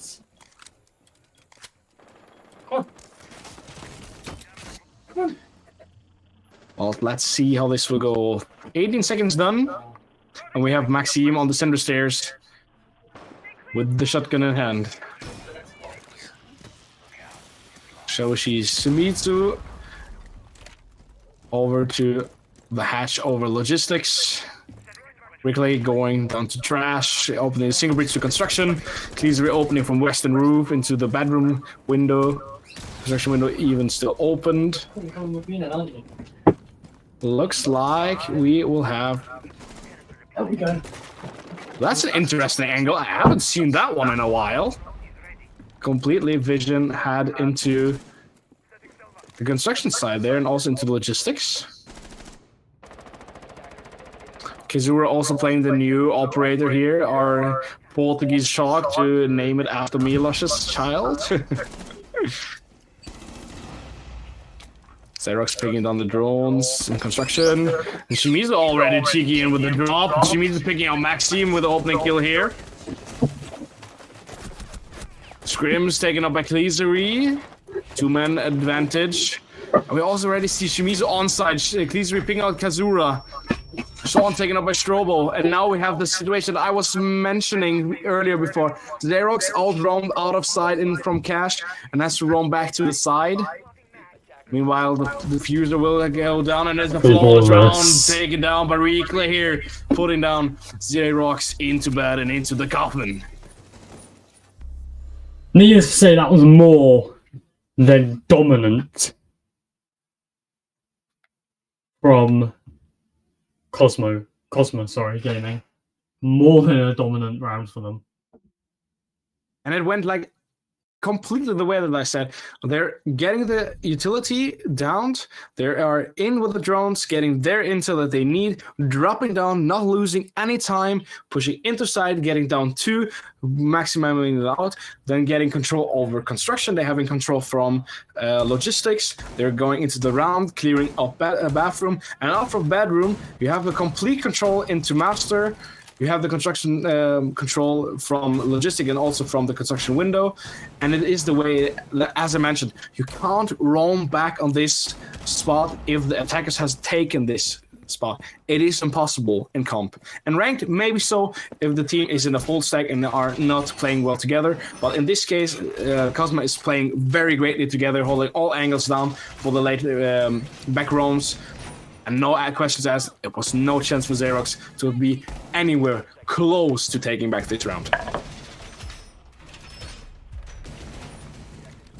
But, once again, holding it high for Team 7s. They're taking the same spot all over again. What is your opinion on that, Velocity? There needs to be adaptation. Much like Kosma had this problem in the last map. And now... Sevens, well now they're continuing to have it, is that they're not adapting to what they're doing. It's always the same thing over and over again. However, this time it does seem to be working, as Shimizu earlier into this round did take down Xerox and Master Source. That is monumental to their push. Now there's no more. No one can really now deny that plan without swinging and shooting and risking their life. The Solars could go below, impact the ceiling, and, well, shoot them from below. Now everyone else has to be able to swing and get that kill.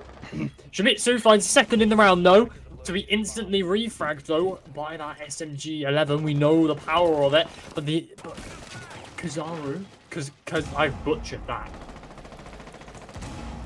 Kazura gets himself incredibly low.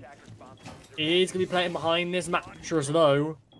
Playing very aggressive. Watching the person in Logi does now go and play behind the desks. Playing in a very isolated position. Easily to be swung and possibly easily to be picked off here. As it scrims, he does go back towards top red with a minute and 24 seconds left on the clock.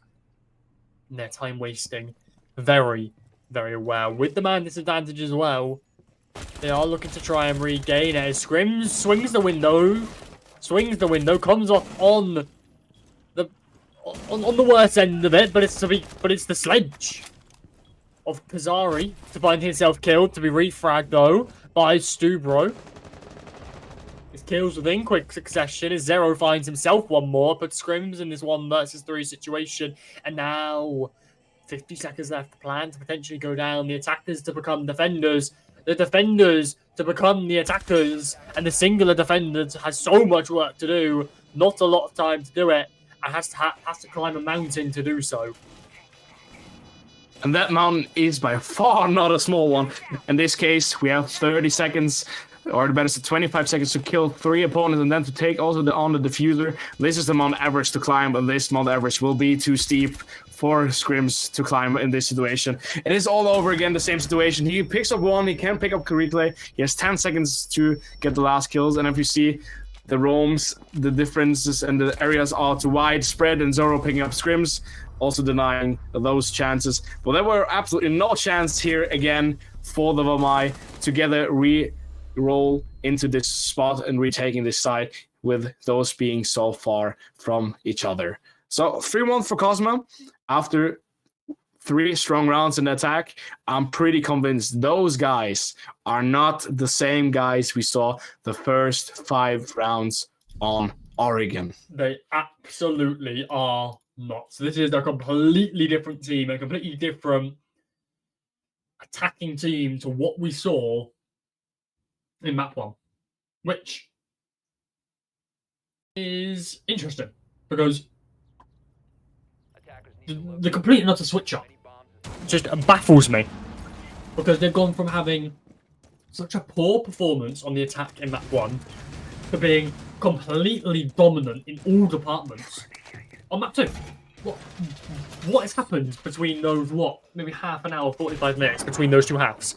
I want to know, because whatever's happened, it's doing wonders. It's doing great things for them, because we're seeing them win rounds on a Church and Arsenal, which realistically even some high-level teams struggle to do. Just say it in a more clear language. To lose around an Arsenal and Church on the defense is an absolutely no-no in competitive. It's an absolutely no-no. And that's the way it happened for Sevens, because Kosma made it, and they pulled it off, and not even pulled it off like a yada yada yada stable. They pulled it off with being outnumbered, just to make it even worse for Sevens. But have enough of that round. We're heading into round number 5. We're back in the basement, and we have to wait and see how this will go, because 1 attack win on Arsenal, 1 defense win on Arsenal Church. The 3rd to be decided. But also here again, we have so high-paced play by Kosma again. And another thing that I want to say in consideration, we have Maxime. Maxime, the most highly fragging player from Sevens on Oregon, has been on a floor here in the past 4 rounds, only dropping 2 assists on 4 deaths. I think that also makes a change. Obviously, it's not the greatest when your arguably on paper best player is having a poor game. However, on the other hand, 1 person doesn't make a team. It's just someone else now has to step up into that position. And at the moment, no one on the side of Sevens Esport is stepping up into that position that Maxime was in the last game, and it's really reflecting on their defenses. However, 2 kills within quick succession. Reclays and Shimizu finds himself taken down. Maxime to follow up with the C4. We were talking about losing the defense on this site is a big no-no. Well, they've said no, thank you. We're not losing it this time. And it's now in that 5 versus 2 situation. Buck trying to make the vertical plays, trying to clear out these defenders. Problem is, there's just too many of them playing in safe places. On those safe angles, we hear the TCSG rain. However, it doesn't come out victorious, as it's Strubo who takes 1 down, tries to claw back what's left, but it scrims to shut him down, say no. And this absolutely has to be a 7's esports round. This will have to be a 7 esports round, even though we see it's only 4 opponents. It was 4, but we have only 30 seconds left. It's absolutely winnable still for Kleesery, but he will have to do it very quickly. He will have to be decided in what he does, and he knows for a fact that one was on the case. Challenging him, scrims, picking down Kleesery, taking home this round for 3-on-2. And now we have the round number 6 coming closer. And I really have to say, Clubhouse, for my intents, is, even though a very controlled map on either side, but still more defended favored. So I will really have to say 7s must take round 6 to be happy with the results after 6 rounds, after the first half, or they won't be so, because we know how greatly Team Kosma was defending on Oregon. It is a standard map. Either way is also Clubhouse. So I'm pretty much scared if Kosma takes this 4-2 now, that they will do an absolutely massacre out of 7s in the defense. Kosma take this 4-2 round, I won't even be scared. I will just be outright impressed. You very rarely nowadays on Clubhouse see 4-2 splits in the favor of the attacking side.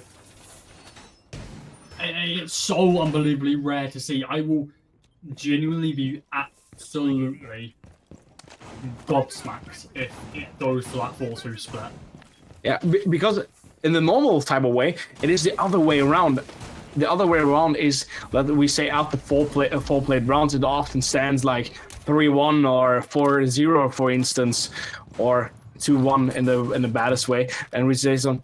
Okay, the attackers will have to force into this game. They will need another round win to don't fall too far off. They need a 4-2 rolls-up at least. But this now is a 4-2 rolls-up the other side around, potentially. Now Maxime has already managed to pick up 1 kill last round, and now he has been smelling blood and wants some more. Standing on down in garage, maybe could potentially frag out replay. Those runouts won't happen.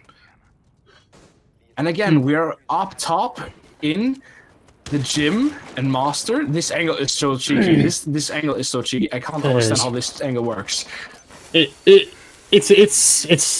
a very, very cheeky angle that realistically shouldn't really work, but it does. They have the 2 main breaches open so far, and that is a step in the right direction as Shimizu finds himself taken down, but to be instantly refragged by his teammate Reclays, who finds one from the upside down repair. We are going to see Scrims trying to throw that Keeper barricade. Maxime runs out from below. Keeper barricade to try and cover himself, but it doesn't matter, because as you said, Maxime runs out from below, claims the kill on the upside down rappel, but it's 1 more to fall as Maxime to get refragged. And it's all going to start to fall apart here for 7's esports as Zero finds 1 more and puts it to that 3 versus 2 situation. Still highly winnable, but looking more unlikely with the map control that Kosma are taking. The position though that they are playing are very strong, and Scrims gets one through the wall, injured. Does he know? Yes, he does. The red and yellow pings are coming out. The calls will be saying you've injured 1. It's 2 versus 2. And now all they have to do is play down the time. He gets himself picked back up. It's a kill from Zero. 1 to be instantly refragged. Scrims still remains in construction. And he's been found out on the drone. Shoots the drone and is now completely cut off. Has to try and rotate through Logi. But it's his only rotating position. He has to try and shoot the bear traps. Hasn't shot all of them. And now those shots are going to give away his position once more. And the attackers are going to be able to adapt to this. Tries to swing the main breach, finds 1 in the midst of all of this, and now it's not 1 versus 1, but it's a post-plant situation. He's going to have to try and attack his own bomb site, takes some shots and doesn't find the last Zero to clutch it up for the team. A hectic round, a close round, with Kosma Esports to come out on top. They go out on top, picking up this 4-2 roll swap, and it is tremendously. I can't understand. The only spot that has ever functioned in the defense in the first roll through for 7s is basement. They got 2 completely smacks up in gym and master bedroom. Two completely smacks. One with a 4-1 and another flawless round on top. And they even after the win Church and Arsenal once more pick the spot that they got completely smacked, completely destructed in. And for that sake, I have to say, well deserved that they got smacked a third time, because all great things are three, as we say in German. So, well, Kosma played, picking up the fourth win, and I'm pretty impressed how they did it. Because it isn't like it was three different type of ways how they won that spot. It was the same thing. They're pushing pressure on the side, scaring the defenders out of sight to then get into a plant position, then to hold this spot from the inside out to then don't let the roamers roam back in. Even though here in this situation, it was pretty close because it was a 1v1 there, but also it is a thing that can't happen to you 3 times in one and the same map. It's just too often. It's a 4-2 split to the side of Kosma Gaming, and now they're going to the defensive side, and we're straight down to Church and Arsenal, the most defender-sided site in the game, and this is scary now. This is where things get very close and very intense. We have to remember here, Mighty, that this is an elimination match. Whoever loses this match does go home, and Kosma, they have that game in hand. They won that one convincingly as well, may we add. It wasn't a convincing first half, but the second was absolutely Kosma dominant. It was an absolute clinic put on by them. And now they get to go on the defensive side on Clubhouse. Cleasery haunted here by Xerox with a sledge here. He was looking. A C4 to go out from Shimizu. Does detonate and finds it! Maxime taken down. That is the one and the only hard breacher on the side of Sevens Esports. So not only that, the case is down, the defuse is down, but Scrims has something to say about it. Takes one down, looks to try and find the second. He's aware that he's playing close right of the door. Swings, can't find anything covered just yet, but his teammates go through the stop walls, back him up and take him down. It's that 2 versus 4 situation now. The defense have to try and get his advantage back, but little do they know, the case is down. It's only now just been picked up, but they aren't able to get the hatches open. Zero finds one. Chev taken down. A seconds to follow behind him. It's the clinic already in the start, the midsection of round 1 of the defensive side. Xerox, though, to take one down. The TCSG takes some shots and does land some damage onto Scrims from that long angle and can't find the head of the Cade of reclays yet. What the one click on replay there. Xerox absolutely annihilating him here in that situation. But here we also have 2 great and major gaps between the players. Strobo against 2. Concentrating on the first one. Xerox going for the plan meanwhile. Strobo completely aware of the position. Swings, looks wrong, and it's a claim. It's a kill claim for Strobo, but now he's got to try and attack his own bomb site. We've seen far too many post-plant situations in this matchup so far. The question is can he win it? And it's Xerox to claim is no, we can't. Another pulse plant clutch denied by the attackers. This time with a great outcome for Sevens here. Staying strong, staying mentally strong, like the same way that Kosma did on the first map here. Getting back after the 4-2 rolls drop directly into the first attack and saying, hello guys, you can win down and base split against us. We can also do the same against you guys. This is just exactly what we wanted to see, as exactly the way of game that we want to show you guys, because there are 2 teams well known for their strength, for their abilities, for their capabilities in those maps, and they're absolutely showing us why they are this way. I think this game is going to kill me off. There's just so many big moments. I can't keep up with it all.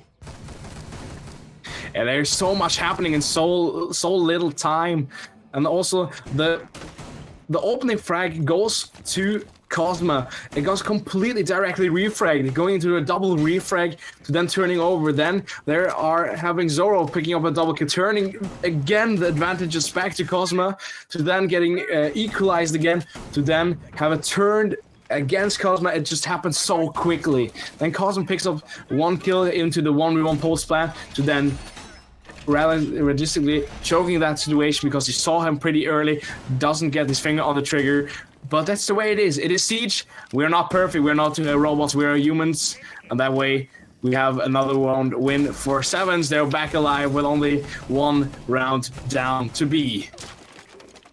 Sevens looking to try and come back alive as we go back down to Church and Arsenal. However, that was a narrow win for the Sevens. Only just have they won it.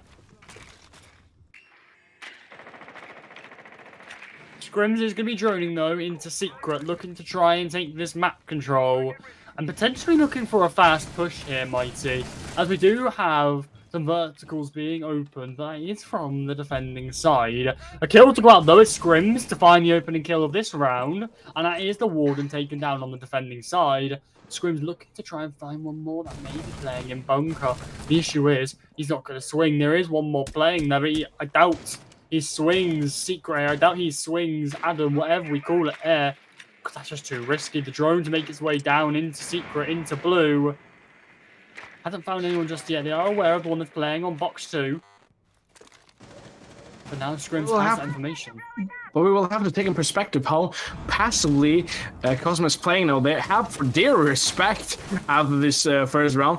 And that is maybe a good fact, but it could also be a factor that breaks your neck. And also there's Zoro picking it out. Scrims getting the 3-piece also on Shimizu here with very little HP left. Also Scrims getting the next one, Kazura, and Kazura trading with Strobo. Reclay finds itself taken down, and that's another Armory and Church round. Gone. Lost. And now we're seeing why this is Seven's best map. We're now seeing why they are one of the top rated teams to play Clubhouse at the moment. Nonetheless, though, we are going to go to bedroom and gym. Kosma looking to maybe switch up, maybe to look to play slightly more aggressive here.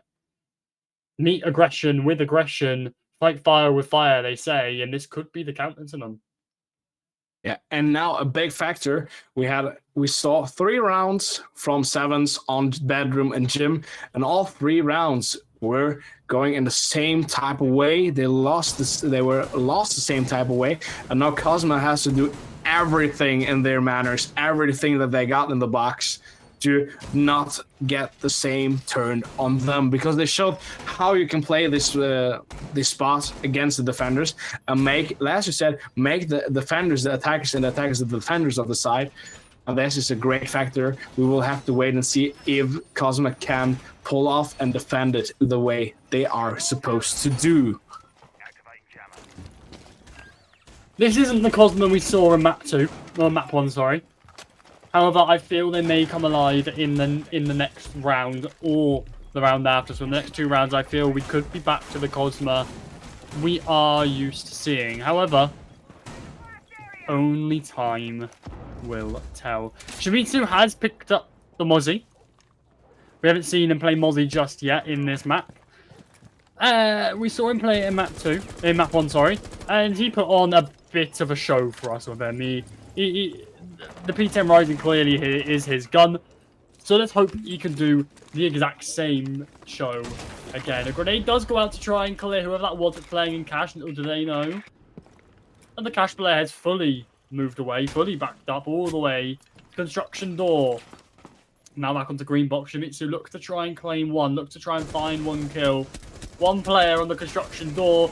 Are they aware of Shimizu? Yes, they really are. As Zerox finds Shimizu, takes him off the board. Are they aware of Jaeger? They're trying to play nice and tucked and close.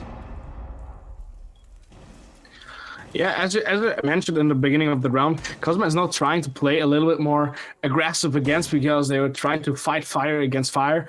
But in this type of way, it doesn't function because Sevens is playing so dedicated together with 2 or maybe also 3 operators so close in the same push, going for the same operator. That can go horribly wrong. Don't get me wrong there, but in the same matter of fact, they're having drone, they're having the same intel on the guys and pulling him out of their Shimizu.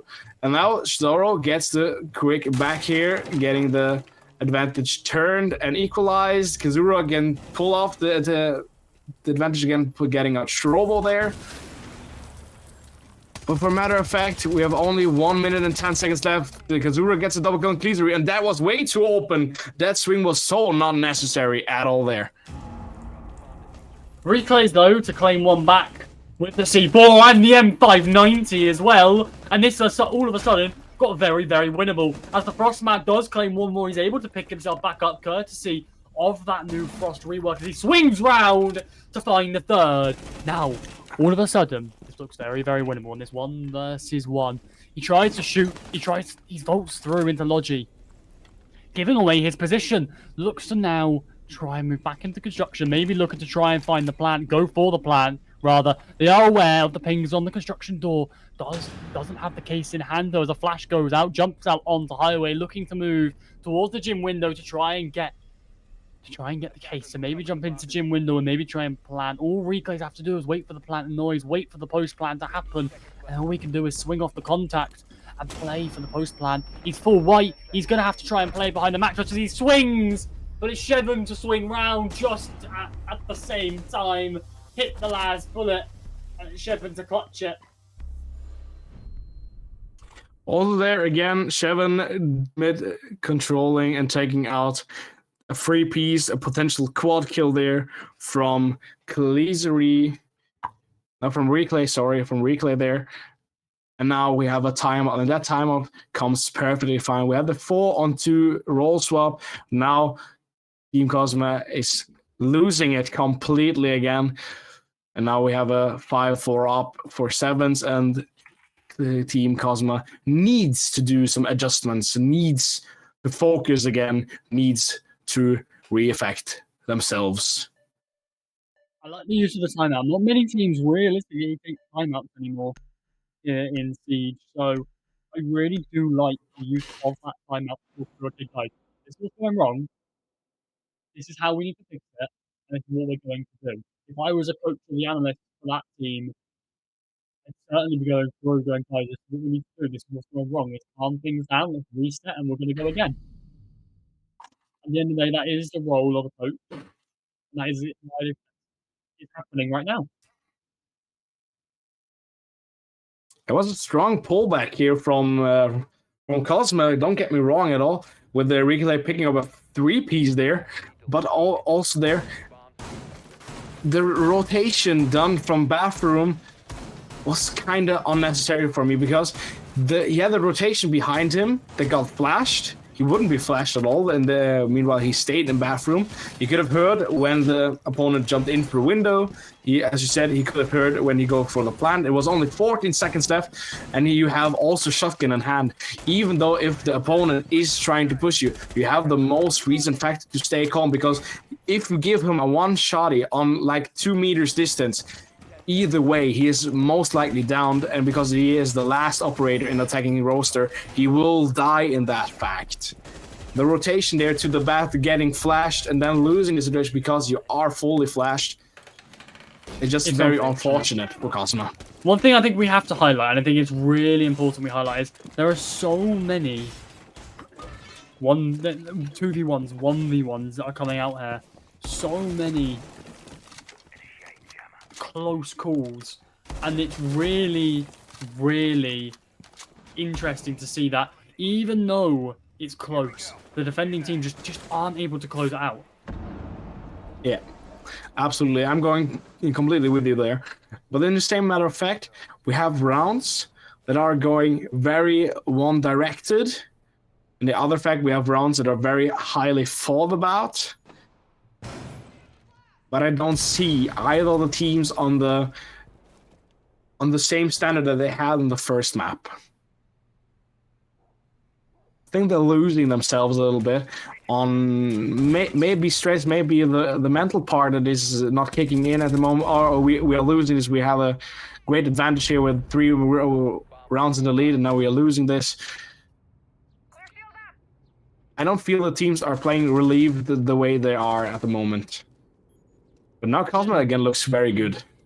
One thing I'm sort of noticing is both teams are playing very uptight, very close, and it's not something you ideally wanting, but Shimizu surely finds this kill! He does, and looks to maybe find the second, but it's Scrims. Is he aware of Scrims being injured? Is he aware that Scrims was downed? Is he even aware that Scrims is there in the first place? He's not. Shimizu, he finds one, but to be refragged. How has this happened? Why has this happened? So many questions to be asked to Shimizu, but nothing can be said. Now we have a replay with a shotgun in hand, as I talked about earlier. No stress to be needed or to have done. Maxime goes down. That most likely against Zoro. Izura trying to get an angle on Zoro there. Zoro stays calm, and now we're going back for the revive of Maxime. 3 versus 4, however, Maxime and Scrims, both at the 30 HP mark, both incredibly weak. And speaking of Maxime, finds himself taken down, and now it goes to that 3 versus 3 situation. Again, suddenly looking very, very winnable as 2 kills within quick succession come out. And this is the Kosma we know and love. This is the Kosma we're used to seeing. Disciplined, patience, pays off, and it gives them the round to tie the game up once more. Just see how quick it turns here. We have the Kosma that we said the past 3 rounds, we say we are missing something from the defending sides that we had on Oregon. The dedication, the aggressivity that they had. It was just lost somewhere out there in the cosmic of Oregon, but they found it again and show that they're back. They're not leaving their lead from 4-2 that easy. Coming back to the 5-on-5 after this small timeout. It was so important because after my opinion, we saw a complete other Kosma after this timeout. Kosma clearly took that timeout in the correct time. 1 round later, and we could be looking at a very different scoreline. We could be match point. So it's good to see they took the timeout where they did. Now, we're off to Church and Arsenal.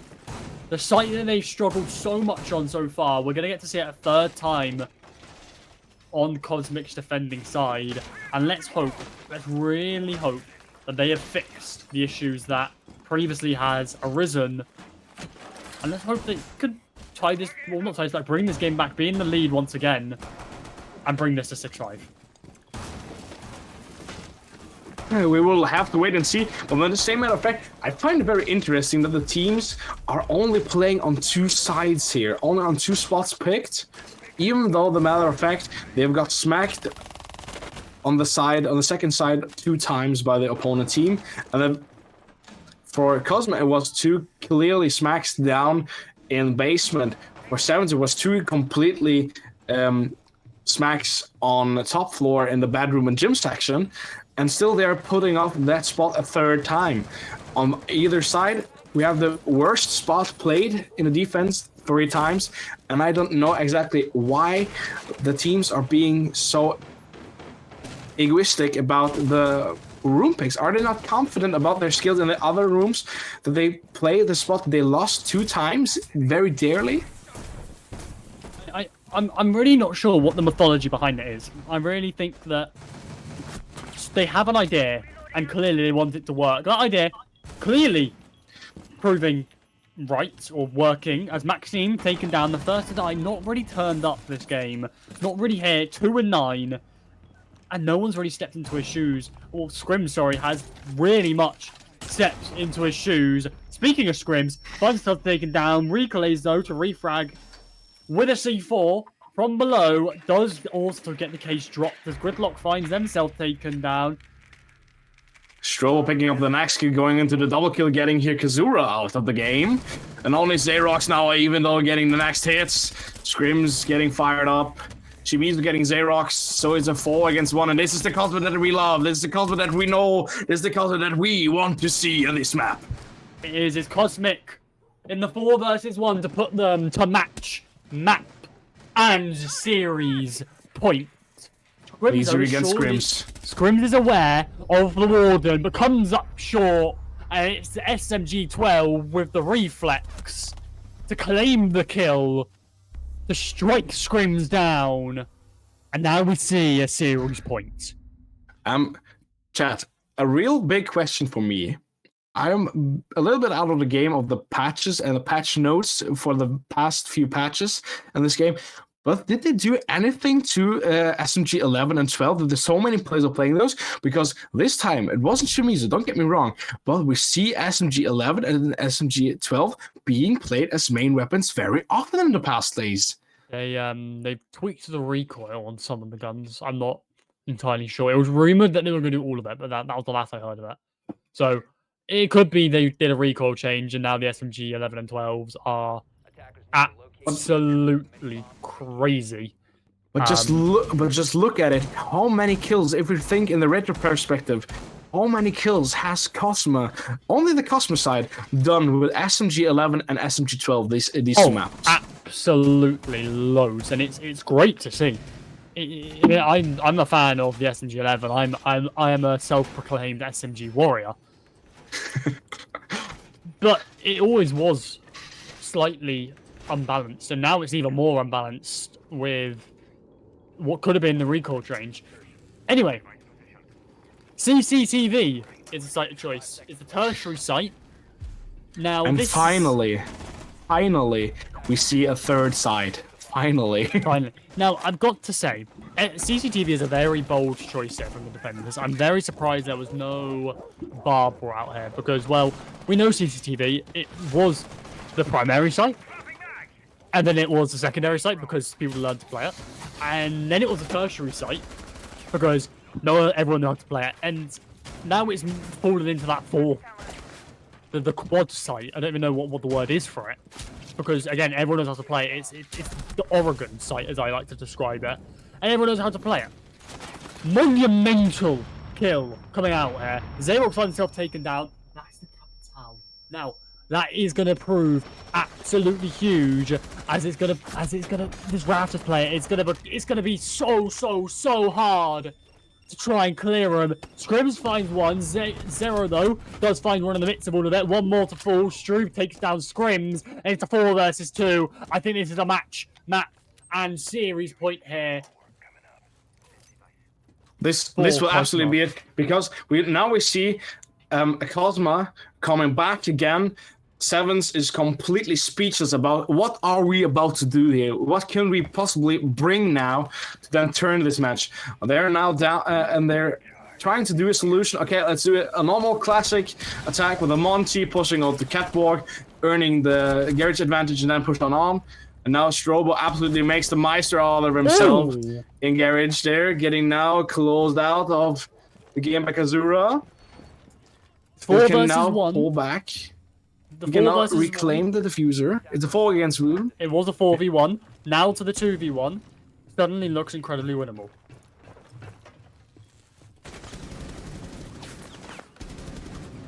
Shimizu there in all beverage calmness, puts down the batteries, then puts up the last kill, and It's done. It is done. Kosma takes home this series, gets Sevens eliminated back, and thank you for playing this season of ESA Cup. Kosma taking 2 maps, and what maps did we see?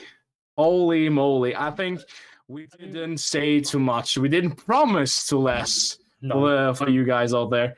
And I was absolutely in paradise casting and watching this. Absolutely. But I must say I'm pretty impressed by the pure mentalityness and the calmness of Kosma, even though they're been down 2 times, coming back stronger, finding the right solutions at the right times to then be back on track when they need to be. Absolutely could not agree more. This match was filled with highs, lows, incredibly highs, and subsequently my voice is now gone. But what a match it was. It was just so incredible to watch. It was so fast, quick pace, kill, kill, kill. Then we slow it down. Now we play more methodical. Now we do our mental checklist. Kill, kill, kill, kill. It was just that is the siege I like to see. That's the siege I love to cast, where it's timings, where it's just all out bloodbath, and that is exactly the siege we like to play, and that is the siege we know and love. But it's Kosma Gaming take the series 2-0, sending 7 Esports home. Yeah, and so on. I would say, chat, if you're hyped, I want you to show you the Swiss stage phase 2. How are we looking? We have some matches next week. As you see, we have teams like E-Wave and Floor 7 already done and into phase number 3. We have teams like Zach Gaming, we have Windows Key and Sevens out of this tournament. And next week, we're heading back with the games of, for example, the game that they did decide today. We have with the Wii Sports against Kosma. And we have also 2 other matches that I don't know the teams, but I can see a Minions up there, a Minions team that we are all well known about. And I'm pretty hyped to see the games next week. Aren't you, LCG? I'm hyped. You're hyped. We'll be back, surely, for next week's games. Thank you, though, for tuning in tonight. It was 2-0 to Cosmic Gaming. We will most certainly see you in the next one. See ya.